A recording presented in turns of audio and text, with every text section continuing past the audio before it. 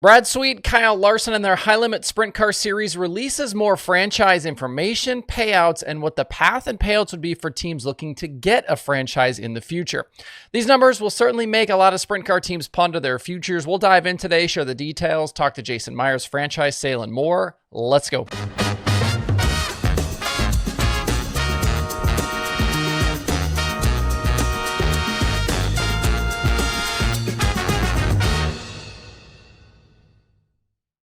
It's Thursday, November 13th. I'm Justin Fiedler. This is DIRTRACKR Daily presented by Kubota Genuine Parts.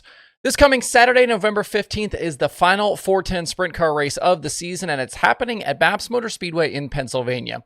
If you are nearby, you can grab a streaming pass at sprintcarunlimited.tv.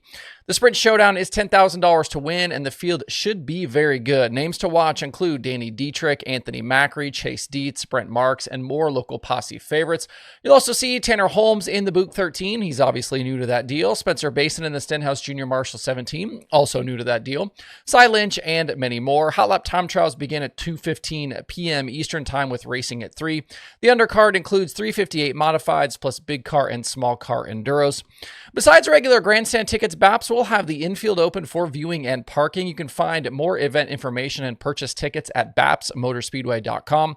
And if you can't be there, watch the action live at sprintcarunlimited.tv. That's sprintcarunlimited.tv for 410s at BAPS on Saturday. Earlier this afternoon, High Limit released some important details about their franchise and non-franchise setup for 2026. The bulk of this stuff was not really new, but we see it formalized kind of for the first time, which team gets which payout for next year. We already knew the dollar amounts from the announcement back in March, and once the season ended, it wouldn't have been tough to do the math to line up who gets what. But they did give us this kind of handy graphic that shows everything.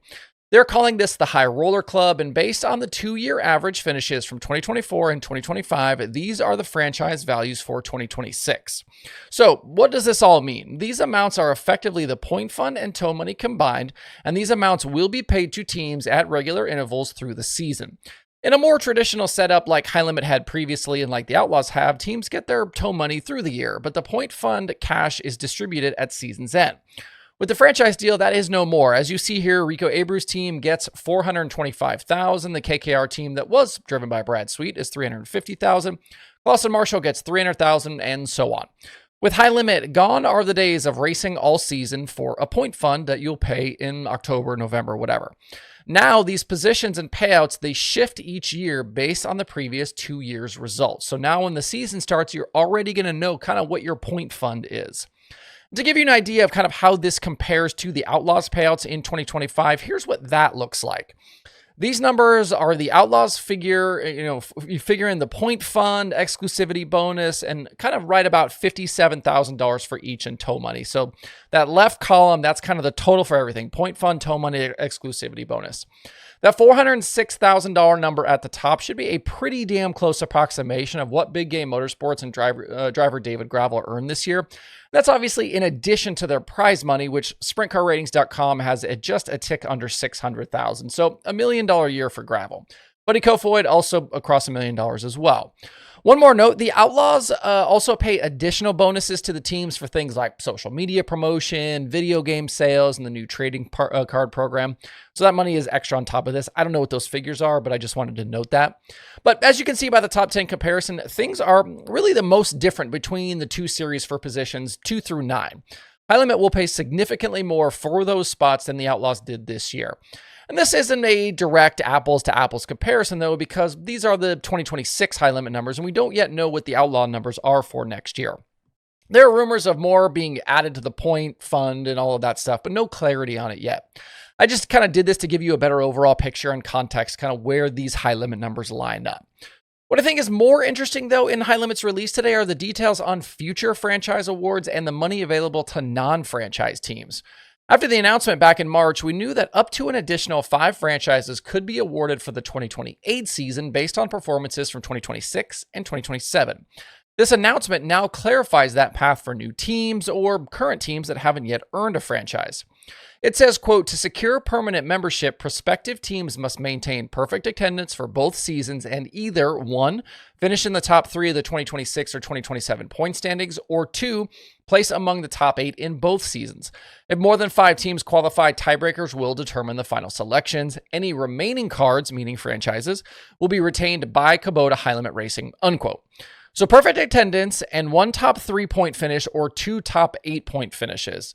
Based on those requirements, it seems likely that less than 5 franchises will be awarded for 2028, and it's probably likely maybe more something like 2. And I think that's kind of a guess on my part, just going on vibes.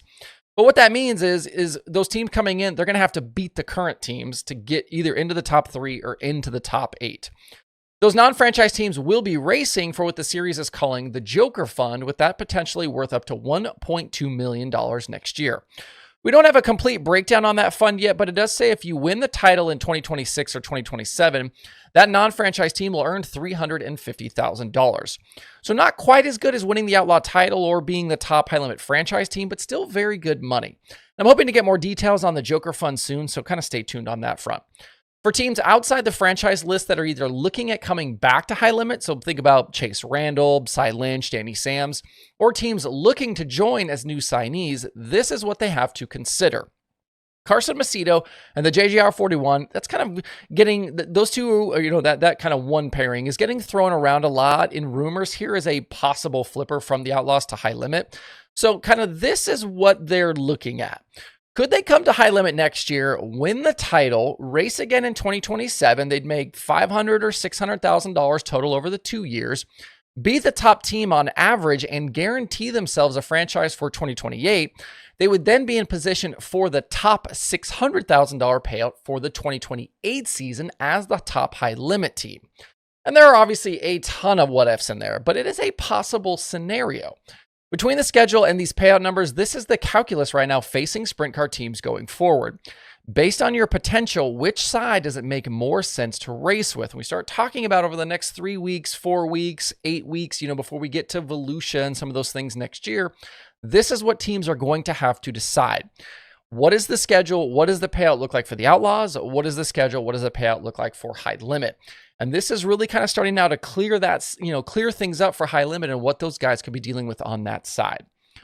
Related here as well is the future of the Jason Meyers owned franchise. As the list shows, that one is worth $240,000 in payouts next year. As we've been saying here for a while, that franchise is headed to Spire Motorsports, who's going to pair Gio Scelzi and Eric Prutzman for 2026. I've heard the franchise was indeed sold and not leased. We don't know what the sale amount was, but based on these payout numbers, it certainly wasn't less than $240,000. If you're selling a business, you'd be looking at a sale price that was some multiple of yearly earnings. Even at a 1.5 multiple, that's $360,000. And I'm not saying that's what Meyers got, but we can certainly speculate a little bit here. And I don't know when the Spire announcement will come, but it feels like any time between now and at the PRI show could be possible. Getting a 6-figure payout, though, for a franchise this early in the process has to be a win for High Limit, Brad Sweet, Kyle Larson, and their FloRacing partners. We'll close out the week here on the show and talk about the racing coming up over the next few days. The FloRacing Night in America Series late models close out their 2025 schedule Friday and Saturday night in Senoia, at Senoia Raceway in Georgia.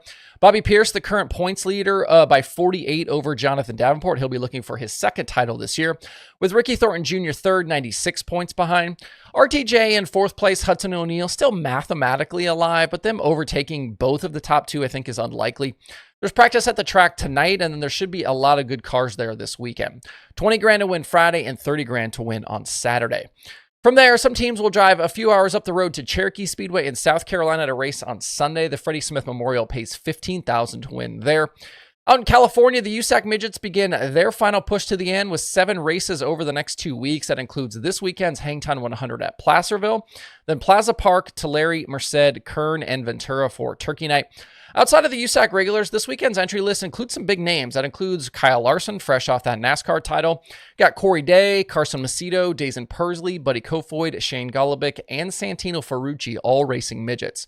The championship is anything but decided, with the top 5 separated by just 120 points. Kenna McIntosh, Justin Grant, Kevin Thomas Jr., Jacob Denny, Gavin Miller are all still in contention. Your final chance to see 410 sprint cars this Saturday at BAPS, as I mentioned off the top of the show, so check that one out. After Saturday, your real only option until 2026 is Australia. Other sprint car options this weekend include the ASCS National Tour finale at Creek County. That's obviously 360s. Sam Hayford Team Jr. is headed for that title over Matt Covington and Blake Hahn. You've also got 360s at Vado and 360s at Riverside. That's all for the show this week. Appreciate your support. As always, don't forget to hit the streaming schedule over at DIRTRACKR.com/watch tonight for your daily viewing options. Hope you guys have a great rest of your Thursday and a great weekend out there. We'll see you right back here on Sunday.